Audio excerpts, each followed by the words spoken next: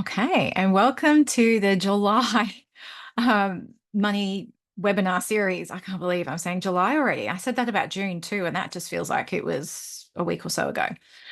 So this every quarter I do a Ask Me Anything series. So I do have a little bit of content which I will go through as well, but then I'll open up for any questions that you have.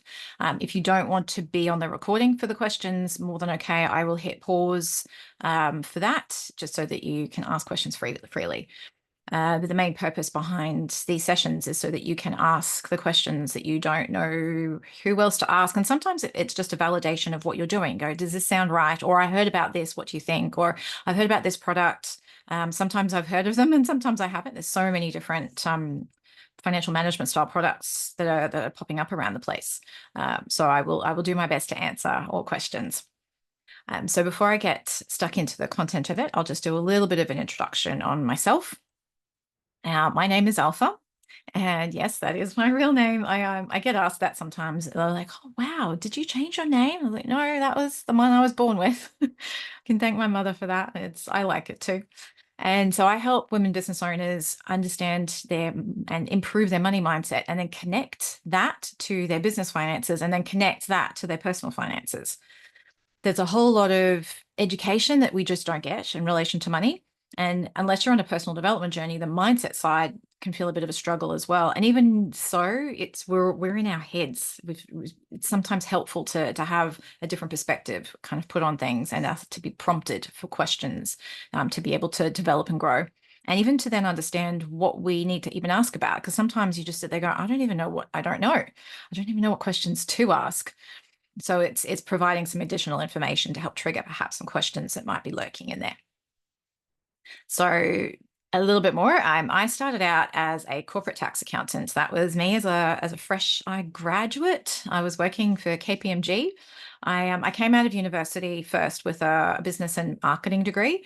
Couldn't find a job. I don't know. I applied for at least 50 positions. And I got a position down in Canberra working for the government. And I thought, no, I don't. I actually flew down and thought, no, I don't want to live here. I don't want to work in the government space.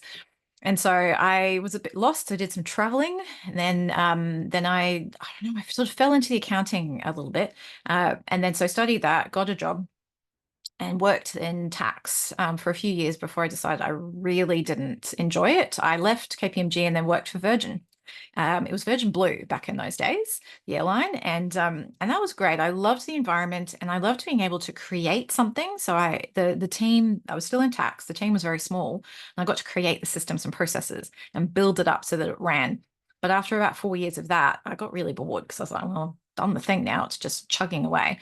And I was also getting a bit fed up with the fact that I wasn't earning much money, even though I'd been in the workforce now for 6 years and I had, 3 degrees and a bit of genuine experience. I just wasn't really getting anywhere.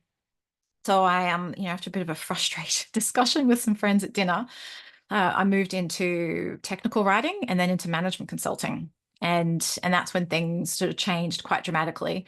But I found that even though I was earning more money, I didn't know what to do with it. And I went through a period where I spent too much because, a youngster, you're scrimping and saving constantly, and then you have money and like, oh my goodness, this is great. And you start to live beyond your means. And I had credit card debt, which I then had to work at paying off. But now this is me in Uluru with my now 9-year-old daughter. She was 6 there. And we had just the most beautiful time. And I loved that we could do things like that. We can go on trips together. We went on a helicopter tour. It was the first time she ever went on one. I thought, geez, I didn't go on a helicopter until I was probably in my late 20s. And here she is, a 6-year-old in a helicopter. And, we travel. She's been to quite a few countries. Part of that is a product of the fact that we have family in Europe. But it's really nice to have the confidence to know that I know what I'm doing with money, and I'm still learning as well. There's always new things that are coming up, but then I also have a foundation to build on that. I know I've got my daughter set up financially. We're set up financially, my husband and I, and I've got my own future. So I'm very much aware that I want to have my own financial future that's not linked to anyone else. Not that, I'm expecting the worst, but I like that comfort. So that's where my story kind of went from, and that journey. While I've sort of jumped over that quite quickly, it took me about 10 years to 15 years of learning like actual studying and learning the hard way. I spent thousands of dollars on a financial planner, and anyway, that's what actually triggered me on the journey, was to go and study financial planning. So I thought, this is ridiculous. He couldn't answer any of my questions that I was starting to have, and I just didn't feel right. And the fees I was paying were huge. And so I thought, I need to know more about this. And then the more I delved, the more I realized we're not taught about this. How do we find out this information? If you go to a bank, they're going to give you a slant that's, they're going to try and sell you a product. You go to a financial planner, and in those days, the industry has changed quite a lot. It was selling you into product. Now there's different things you can do, but quite often you don't necessarily need a fully blown financial plan. You just need to know how to manage your money and some essential basics. And that's the space that I now work in, to try and bridge that gap. So today I will do a little bit of money mindset and a bit of money systems. And if you've watched anything that I've done before, you'll probably see a little bit of overlap. I've blended a few things in. I'll go through some common money questions as well, and then I will open it up for any questions that you have. So first, I wanted to touch on the relationship that we have with money, and it's becoming a more commonly accepted term, to money relationship. But when you think about all the things and the people in our lives, we think of relationships, we think of something with another person. And the people that are closest to us are the ones that we have to work the most on the relationship with.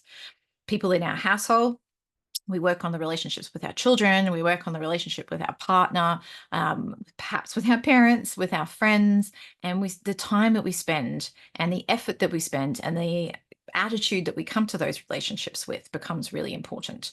So something that is so intricately part of our daily life is money. There is a relationship there, and there's a whole stack of things that happen that take us away from that positive relationship. And they're all the things on the left in the purple. So, and this is something that I've experienced myself, overwhelmed. Like, I don't know where to start or who to ask. And that's how I ended up with a financial planner. And I asked a friend who referred me to him. And then later, when I was talking to her about it, she's like, oh, I didn't really like that either, but I didn't think I could ask those questions. Oh my goodness, we underestimate the power that we have when it comes to questioning things that impact us as well. And you're not doing it because you want to be a smarty pants or anything, or rude or disrespectful. It comes from a genuine place of wanting to become informed and empowered. So that overwhelm then will lead to confidence once we start to work on that. Then procrastination, that happens when you don't know really what to do, you're not really clear, and you find anything else to do rather than gain that clarity, because you probably don't even know how to gain it. I was revealing recently, there's a couple of things that, I'm in a bit of a growth phase at the moment. And so my house is really tidy. I've been systematically decluttering each room, which some of it needed to happen, but it's also been an element of procrastination in there too. But then once I finished it all, like, I've pretty much gone through the whole house. I was like, right, okay, I now need to take action and get clear so that I know exactly what action to take. And that's not necessarily money related, but it can apply to any other part of our lives as well. Indecision. It's really, really difficult because there's so much information out there. And if you're trying to invest, or even just getting a bank account, the system I use is very similar to the Barefoot Investors, and it's other people use it as well, but like the different bank accounts. I recently switched over from the bank that I was with because they suddenly were creating all of these extra things that I had to do in order to receive the bonus interest. And I was like, there's too many things to remember, so many decisions to make, so many things. So in the end, and then I started looking at other providers, and there were so many out there. And so I had to really go in and assess and make a decision in the end, because I was really not happy. I was like, I can do so much better. I can earn so much more. And now I'm literally earning, almost close to $1,000 a month more in interest because I've switched over. So, took the action, made a decision, and confidently, and that part has improved. A fear of failure. Another reason why we procrastinate and we don't make decisions is because we're afraid of making the wrong decision and failing at it, losing money, looking silly, whatever, spending too much, getting taken for a ride. All of these things stops us from actually progressing forward. And then sometimes you just have to take that leap, like I did with the financial planner. I spent about $7,000 in 1 year. And that was an expensive education, I can tell you, because studying the financial planning diploma cost me less than that. But I had to go through that to get there, and not fear the failure that would come with that. At the time, it didn't even occur to me that there was going to be failure. Otherwise, I probably wouldn't have gone down that path, and then I wouldn't be here. So everything is a step in the direction that will get us where we need to go. We just have to minimize it a bit and ask people questions, and just watch and just become curious. And it's a steady state of curiosity that goes with this. That's why I call it lifelong learning, whether it's formal study or books. I have so many books. I have my pile of books that I want to read this year. It just keeps getting bigger and bigger. And then frustration ensues if we have overwhelm and then we don't do something and we then don't make a decision because we're afraid of failing, and then we just end up feeling frustrated. And frustration energy is just heavy. It stops you from achieving or doing anything. So that's where it's really important to actually become informed, become curious, and start asking questions and using your own intuition with it as well. It's not to say that everybody you ask is going to tell you exactly what you need to hear, or it's going to be the right information for you at the right time. Trust your intuition. If you're like, that doesn't feel quite right, I might just ask a few more questions or ask someone else, as long as it's moving you forwards and not keeping you stagnant. As you can tell, I get very fired up about it. So some common money questions that I hear a lot is, how can I make more money? And it's even about not just making more money in your business, but even the example I gave before about changing banks and earning more interest. I'm now making more money. I had a goal of where I wanted what I call my buffer account, which is, you can call it an emergency fund, a fire extinguisher fund, whatever, rainy day fund, whatever you want to call it. I had a goal for what I wanted to reach for that. And then I actually reassessed it because I thought, well, hang on a minute. If I get to this point and then I let that high interest rate just tick away, it'll just grow naturally. And then I can, rather than putting more money in that account, I can actually invest it and I can increase my invest fund. So it's just becoming a little bit more discerning, savvy perhaps, about how you actually go about making more money. And then any limits that you place on yourself, because when you start thinking that way, the limits on what you can earn actually start to dissolve, rather than going, oh, you know what? I've never breached the six figures ever. Why? Whereas I can tell you because I was earning under six figures for quite a number of years after I started work. And that's where my frustration kind of came in. And that frustration like burst over, and got to such a boiling point that it came out. And I'm a lot different now, but in those days, I was a very private person. Like I would never have blurted out anything in relation to career or money dissatisfaction to anyone, but I got so frustrated that it blurted out at dinner. And I'm really glad it did, because one of my friends who was there had literally just the day before been having a conversation with another friend about how the company that friend was working for was looking for a technical writer. And so I'd said, oh, I want to write. I love writing. And I'd done an advanced diploma of professional writing, because I grew up, you wanted to do something, you did formal study. Nowadays, that's a bit different. You don't have to go down that path. But yeah, but that boiling over of frustration led to that. And then literally I became what I was earning then brought me so much closer to the six figures. And then literally the next year, boom, over it. And then I didn't just go over it. I went like way over it. So it was amazing how a ceiling that had previously been there was just suddenly just non-existent. And it didn't even, at the time, I didn't even notice that I'd exceeded it, because it was just, the next step in my path. But it's really interesting when we start to think about how our minds work with this. How can I keep more of the money I make? That's a big one. As an ex-tax accountant, from a tax perspective, that's one of the things we always looked at, was legally minimizing the amount of tax you paid, which meant you got to keep a bit more. However, it's more than just that. It's also how you manage your money. You can call it budgeting if you like, but it's really, how do you make the most of what comes in?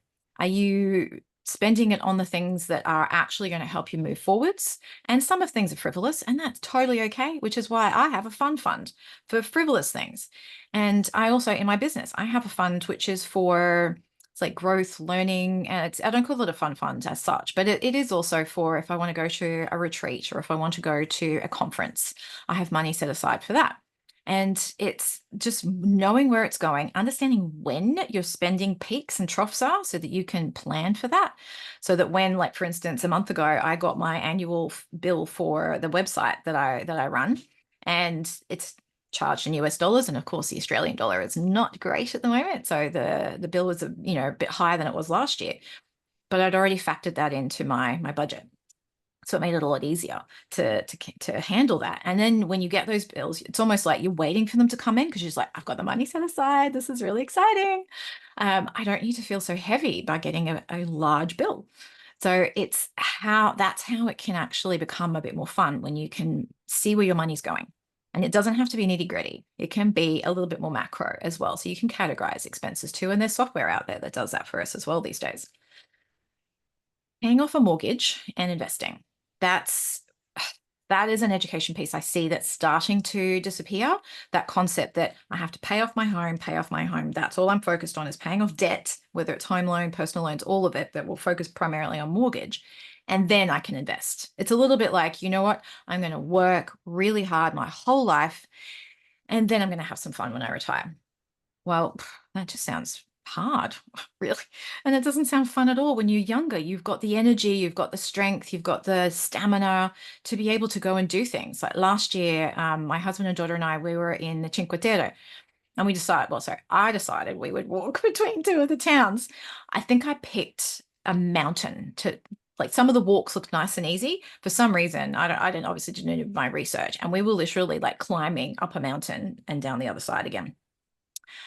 If my daughter had just turned 8, and my husband's still quite fit and healthy as well, and all of us are focused on our health. And I thought, if I'd waited until I was in my 70s to do this, I'm not sure I would have done it. The experience was phenomenal, and the views from the top of that mountain. Oh my gosh, I have them as screensavers that come up on my computer every day, and I'm like, I am so glad I did that. But again, I wanted to do that now while I'm in my 40s rather than in my 70s. It does make a difference.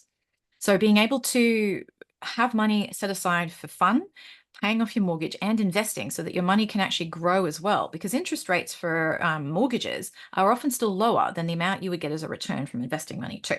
Starting to get a bit technical there, but it's important to be able to have both going. Saving for kids. This is another one too. And this one really depends on your personal circumstances and how many children you've got. Are you a blended family? What's your overarching marginal tax rate?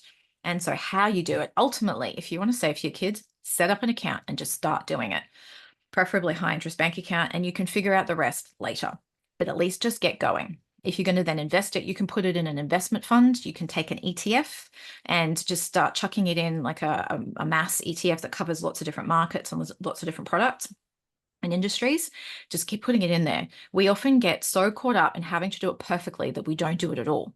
And when it comes to money, time is your ally, but it can also be your enemy if you don't start. Because trust me, 10 years will pass. Like literally, my daughter just turned 9. I started an investment fund for her when she was born. I look at the balance in that account now, and I'm like, holy crap, if I couldn't have even envisaged that amount of money sitting in an account now. But because I started, and we were just putting little bit every quarter, a few family members and we pool money, and I put it in the account. It just keeps going like clockwork. Every 3 months, I have a calendar reminder that asks me to go ask everybody, put the money together, and we chuck it in. And when I have it at the moment in like a trust structure, which will come to her when she's 21. I have such a level of joy and relief, but also a little bit of sort of caution about how to make sure that it gets spent wisely. But that's a different problem to have. It's one that I wouldn't have had if I hadn't done anything. So that's my suggestion for that. Self-managed super funds. Again, very much dependent on your personal circumstances. And I do know a lot of accountants have a tendency to like them. I was actually reading an article. Funnily enough, I had a client ask me about self-managed super funds, and literally the next Money magazine that I got, there was one of their regular writers had put in an article talking about them, and he wasn't a big fan. He did pros and cons, but you could tell his underlying position was he wasn't a fan of them. And I'm not either personally, but again, it really does depend on your situation. In some cases, it makes absolute sense, but you've got to go in with eyes wide open and understanding the full picture and the level of responsibility that you have. So that one is something that you would definitely need to talk with your accountant about, and have a very great depth of trust for your accountant to make sure that you're comfortable with what the information coming your way is. Well, I'll go into what money is. I debated whether or not to put this one first, but I thought just as a little bit of context as well, when we think of what money is, because it's such a foundational part of our world, and it's gone through a number of different stages, and these are just sort of like the key ones. But we've gone from like bartering to now where money isn't even really tangible anymore. It's on our watches, our smartwatches, or our smartphones, and we can tap. I don't have that facility. I don't have a smartwatch. I do have a smartphone, but I don't have my bank accounts linked to it. But whenever I see retirees and they're tapping their phone, I'm just like, oh my gosh, that looks so incredible. I'm not even game enough to put that stuff on my phone. I'm still very much a cash girl. I love handing cash over. I don't know how we're going to teach our children about money if we can't physically give them something. They're very tactile when they're younger. And my daughter has her jam jars, and she has a wallet with money in it that she got money for her birthday this year, and she's been spending it, some happily, some watching the balance go down and going, oh my gosh. And it's like, well, could always ask for money for Christmas again if you want, rather than presents, because this way she gets to choose. And it's exciting, the process of choosing and then managing. And she becomes so much more discerning when she's spending her money. If it's my money, she doesn't care, but her money, she does. So it's really interesting to watch how this plays out too, and the practice behind it.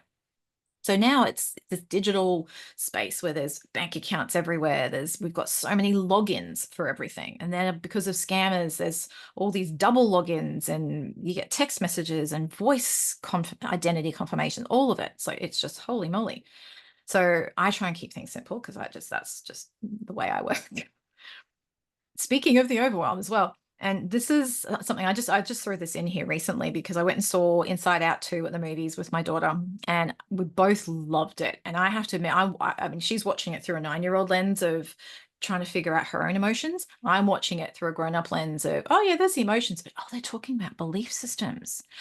Puberty is when it forms. This is so exciting, so relevant to the work I do. So I had gone on the internet then trying to find images, and this is how most of us function when it comes to money. It's all over the place. We're happy, we're scared, we're bored as well, because sometimes it can be a bit dry. We're fearful, we have disgust for the decisions we make and the actions we take, all of that kind of thing. So it's very much it's a free for all up there in our minds. But the things that we do and the beliefs we have, they form our belief systems, which then impact our behavior. And then once we can get on top of our beliefs and our mindset, and we link it to how we manage our money, the emotions can become friends. So joy, if you've seen this movie, this is joy, and then this is anxiety. Joy and anxiety can become friends, and there's abundance as part of that. So it's just more of a fun visual on the mindset side. In terms of how to then invest, I was talking a little bit about this before. If you have superannuation or a retirement fund of any kind, you're already an investor. And it's become a lot easier to manage your investments within those superannuation funds over the last few years, which is a good thing, and also can be a little bit of a bad thing depending on what you do and how you manage it. My husband is actually, because he's a bit older than me, he took a lot of his super and put it into cash, which meant that he hasn't been able to benefit from the last few years. My superannuation percentage-wise has gone up a lot more because I've got it more in a growth side. So it's been earning like 14, 15%, whereas he's barely getting 5. But he's got a bit of he's approaching retirement, early retirement. And there's a fear there. He doesn't want the balance to go down too much, but in the process, he's missing out on returns too. So it's trying to find that balance. And it's not a science necessarily. There's a bit of an art to it. But then outside of super, I always suggest doing some investing outside of super as well, because that you can control more. Micro investing is a great way to start. I have 2 different direct micro investing accounts, plus I have another micro investing account for my daughter on top of the other investment account that I have there. Property, you can directly invest in property, buying residential or commercial. You can also then buy into property trusts as well, which is what I prefer to do because I don't really like debt. So I don't want to go buying a single asset, spending hundreds of thousands of dollars on it, and then all the headaches that go with managing it. But that's just my personal preference. Other people have what works for them. Shares in companies, you can buy bundles of assets, which are your managed funds, and the ETFs, which are your exchange traded funds, which is basically a share version of the managed funds. You can exchange, you can trade foreign exchange. I've attempted to understand that. I haven't, so I've just parked that one. Then you've got your digital assets, which are like your cryptocurrencies, your bitcoins, and all of that. And then NFTs, non-fungible tokens. That is just mind-boggling for me. Yeah. Anyway, I'm not going to go down that path. And then you've got other things like you can invest in gold and silver and commodities like nickel and metallurgical coal and copper and all that sort of stuff. And then there's art as well. So lots of different ways that you can invest. You just have to, and investing in a few different things is often a good idea, and spreading the risk around. And I look at saving versus investing as well, just to give you some numbers here. So we've got here a 4% return on savings. At the moment, you can probably get about 5%, but it won't always stay that way over time. Whereas investing, I'm looking at about 8%, which is probably, and there's fees attached to that as well.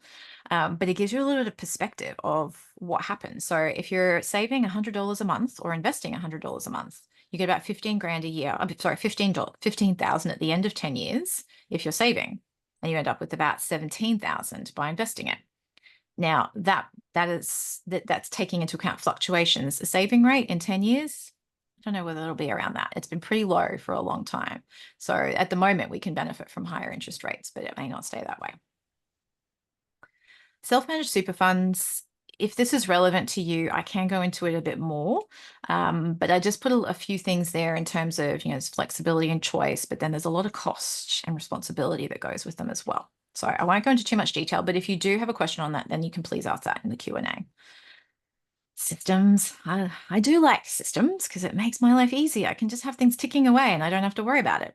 I use a program called Trello to help me manage tasks. I use reminders and calendar invites and all of that to help me, remind me to do things. And then every month I do a bit of an analysis, and every quarter I do a portfolio analysis as well. So it just helps things tick along. And I time it when I do my BAS, and then at the end of the year I do a tax return. So it all just sort of builds, and I'm not doing everything from scratch. So that's how I like to work. So the money mindset side, I might actually just pause it there and open up 4 questions. And it also just occurred to me, I need to send you the link. So for showing up live, which is very exciting, I was going to share with you the link to my lifestyle visioning meditation. It's about 8 and a bit minutes. So I'm just going to put the link in the chat there. So that's the audio itself. And there is a journaling editable PDF that goes with it too. So I'm going to chuck that in there as well. I can't copy 2 things at once, unfortunately. So, oh, no, didn't copy the right one. It's still getting the shareable link. Okay. When that's happened, I will put that in the chat as well. But are there any questions? And I'm not sure if Laura's got audio, or Laura, either of you, if you'd like to ask any questions in the chat, or feel free to unmute if you can and ask it live. Otherwise, I will keep going. But I thought, before I launch too much into this, I will open up for questions.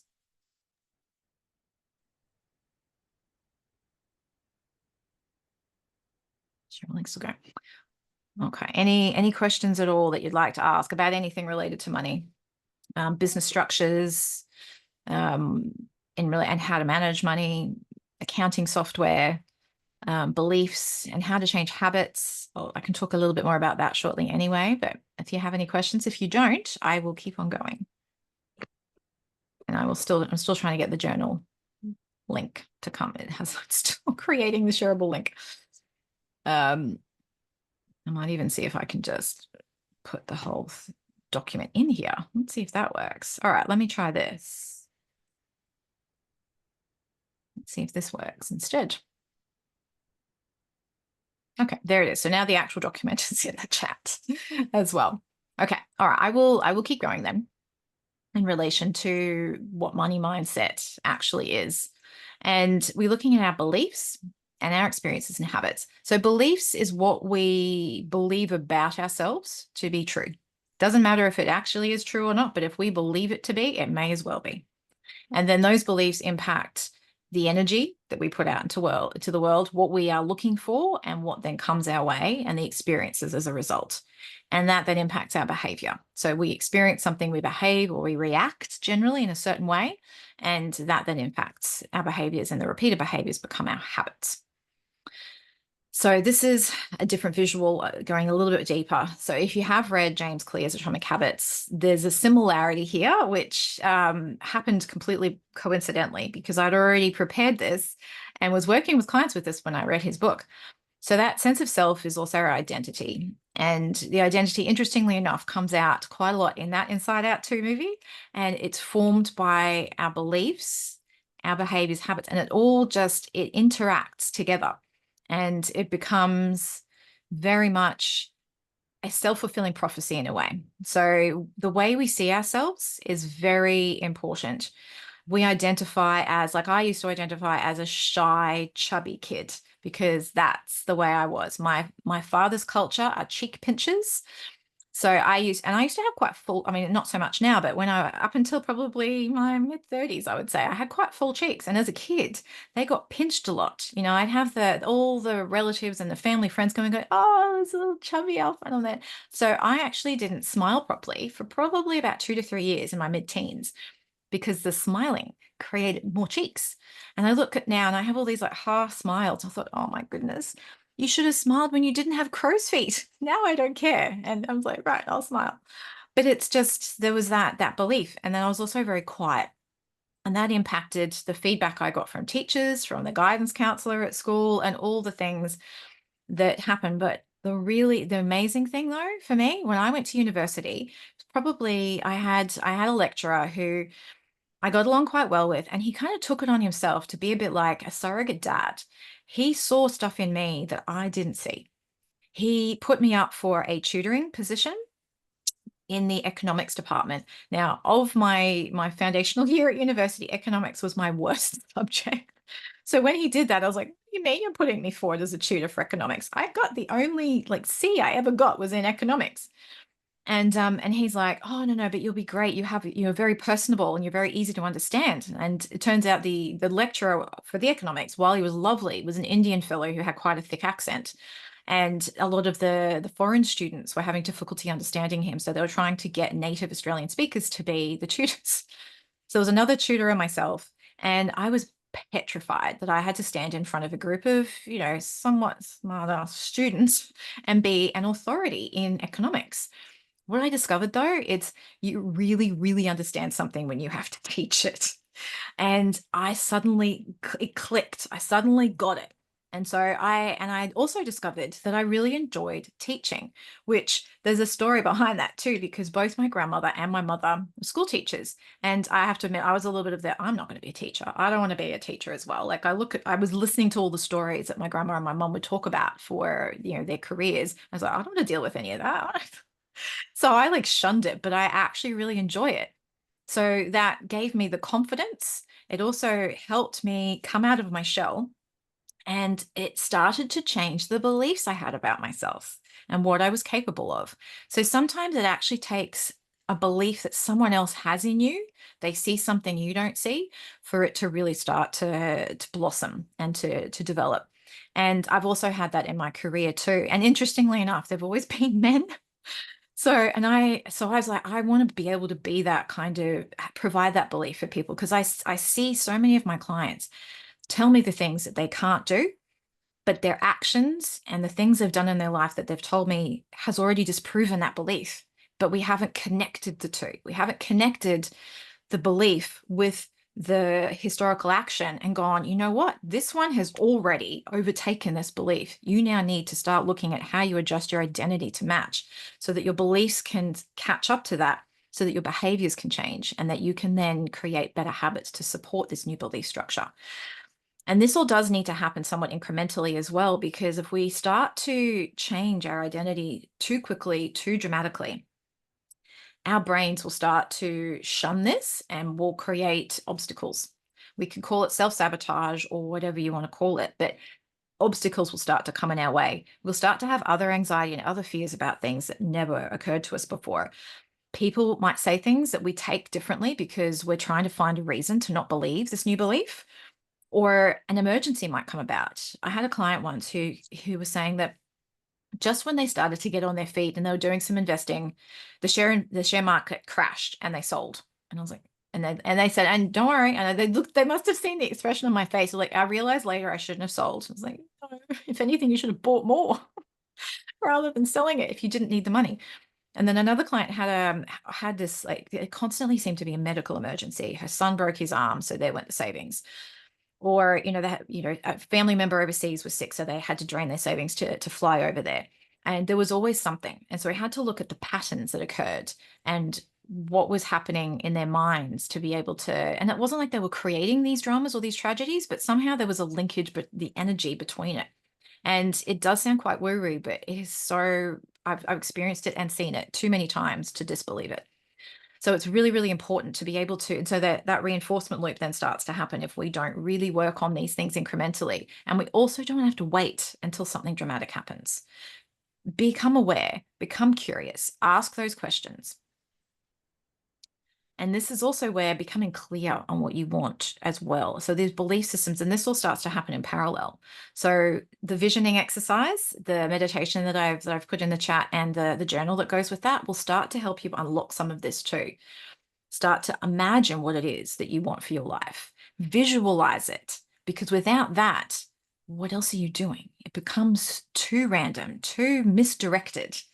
And like, for instance, I was literally yesterday just talking with some clients about, well, do you want this kind of lifestyle or this? And they just kind of had this like somewhat epiphany going, you know what, we were actually just talking about something like this the other day, like over the weekend, but we didn't connect it to money. And I was like, yeah, we might have dreams and, and goals and things that you want to do, but unless you then actually bring it back into the financial context, the decisions that you make, the goals that you have, the plans that you make, and then how you prioritize what should happen first or in what sequence can't happen because there's no vision there. And I use the analogy, because I love traveling, of going to the airport and not having a destination, not being prepared for the clothing. Like, for instance, we're off to New Zealand shortly for a ski trip as a family. And I'm like, at the moment in Brisbane, it's about 18 degrees and it's cold. And I was like, oh my gosh, Queenstown is going to be like 6 during the day. If I'm cold now, I've got to so then I raced off to get thermal underwear, and I've got like extra thick socks. And now we've got like these neck warmer things that you can bring up over your nose. So I'm like trying to be extra prepared, but I can be because I have the goal. We had the vision of the type of holiday we wanted, and we've got the goal, we've got the plan, and now I've had to like prioritize going to get thermals and things like that. So I know that sounds really micro, but it's just emblematic of the kind of processes that we need to follow, even with our money. But we don't often connect the two. We think of a holiday, yes, we think of paying for the holiday, but we don't think of anything else, and that the principles apply in multiple ways in multiple areas of our life. We've done the ways to invest. We've done that bit as well. I've sort of jumped around a little bit. And streamlining is also another big thing too, is simplifying stuff, because we add on here and there. I remember when my husband and I were getting our home loan to buy our home. And both of us are quite aligned in that way. We just wanted really simple. We just wanted the lowest interest rate we could get. And we were really lucky. We had our home loan during the period where the interest rates were really low, and we hammered that thing. Like, I had money sitting in investments and I could have left them there and kept the loan going longer. But the decisions that we made for the vision that we had for our life was to be debt free. So we just made sure that became the priority. And then we've still been investing as well. But really prioritizing paying the loan off. But when we were talking, a neighbor had just started becoming a mortgage broker. So we thought, oh, we'll give him a go. He brought his business partner in because he was, still learning. And we said very clearly, I said at the beginning, I said, look, I want to be really, really clear here. We want the simplest, no fuss, low cost loan you could possibly get that allows us to pay off early without any kind of penalties. Well, what he presented, I'm pretty sure he heard every word I said, but what he presented was the complete opposite. Oh, here's a loan that you can split 10 ways. You can get a jet ski and a boat and I'm just listening to this going, did this dude not hear what I said? Like, in the end, I just went, look, I'm sorry, no. We found, and we went directly through a lender who gave us a really low interest rate. It was exactly what we wanted, and we just, went down that path. And so we needed to be really, really clear. Simplicity is one of our goals as part of the vision that we have for what we want. And that's very clear that we're also on the same path with that as well. Otherwise, if one partner wants this really, elaborate lifestyle and the other one just wants to sit in in a rocking chair in a tiny home in the country, very different. So you've got to figure out a way to perhaps have a bit of both and spend time in both places. How do you compromise across that? And then figure it out from there. So have a look at your systems. I use Excel, to be honest. It's the simplest. I've tried to use different softwares, but they overcomplicate it and they make it very difficult for me to actually extract the level of detail that I want to be able to make the sort of decisions that I want. So I now have a system that I work on with my clients and we tweak it to suit them. Do you want forecast and actual, or do you just want forecast that, gets replaced by actuals? Do you want just your business? Do you want just your business? You want your business and your personal, or just your personal? And you can adjust it. There are graphs that go with it that show you trends, shows you when you're profitable and when you're not, when your income is going up more than others, and which products and services are doing that so that you can promote those more in those periods of time. So it gives you the ability to see what's going on and to make better decisions as a result of seeing those trends. And so looking at your systems that you have in place, number of apps that you have, like, yeah, I think I get in this like fourth quarter of the financial year, pretty much annual renewals for so many different applications. And it makes me, I'm like, it's actually really good. It's all in the one sort of quarter, because then I can look at it and go, do I really need two softwares that help me, or two applications that help me with video editing? Well, this one does this and this one does this, and I actually use both. Neither of them do the same thing. So but it allows you to then have those sort of make those decisions rather than just blindly paying it and not thinking about it. How many bank accounts? What bank are they in? Can you simplify that? How do you access it? Can you automate some bank account deposits? Can you automate investing? How do you go about making sure that your lifestyle vision is being achieved? And where is your profit? Profit First. I love that book. Some of it's a little bit overcomplicated, but the principles are very sound, and they're very similar to how you manage personal life as well. It just you're structuring it a little differently because you have different accounts than you do for your business account. So streamlining is extremely important. So just to recap, so we went through a bit there. So we talked about money mindset and systems and some common questions. I didn't see any questions in the chat. If I've missed, I'll just have a look in case I've missed any. I think I've got, yeah. So are there any questions that you have? If not, I will just go and share what I've got going on at the moment. I've got a new program, which is based around what I do with private clients, but I'm now putting it into a group program so I can help more women through this, and you don't have to make the same investment as you would in a private environment. So it's basically going through, there's 6 modules that happen fortnightly. So the whole program runs for 12 weeks. And that will take you through, there's a one-on-one introductory session for 30 minutes, because I really want to make sure I understand what you need and how to make sure that the program, and direct you to where in the program will actually help you the most, so you can get there faster. Then helping understand what the barriers are, and make sure that I tailor the sessions to help as many people as I can break down those barriers of patterns that happen with their money. And then basically getting you to a position where you're much more comfortable with asking questions about money, managing it, having the systems, and then helping you, show you how to customize them to suit your own personal circumstance. Do you want the actuals and forecast? Do you want to do it monthly? Would you like to see a quarterly view? Make sure that you understand how it works, so that if you need to tweak it down the track, you can. There's a workbook that will go with it. We'll have live Q&As. There's checklists, templates, and tools. And there's an online Facebook group that's private for that group as well. So you can ask questions anytime, share. There's 2 different investment options. So there's an upfront and a payment plan. And then, yeah, that's pretty much it. So if you wanted to know more, and the program's this round is only open until Monday. Mainly because it's live, I take everybody through it at the same time. So it does need to happen in groups. And that's pretty much it. So I'm just going to go back to the chat because the little chat screen disappeared. If there aren't any questions, then I will let you have a bit of time back in your day. And I just want to say thank you so much for joining live. And I think so. I see the little, I didn't know you could even do those emoji icon things. So I learned something new. So yeah, Follow me on socials. Ask questions anytime. I really do not want that. What holds you back is that you have your curiosity and you have a question, but you just don't know who to ask. If I don't have the answer, I can direct you somewhere that can, because that's I really don't want that to be a barrier for you. So enjoy the rest of your day. It's gonna hit stop on the recording. How shall I find where the button is? Because, like I said, it keeps changing. All right, let me stop the recording.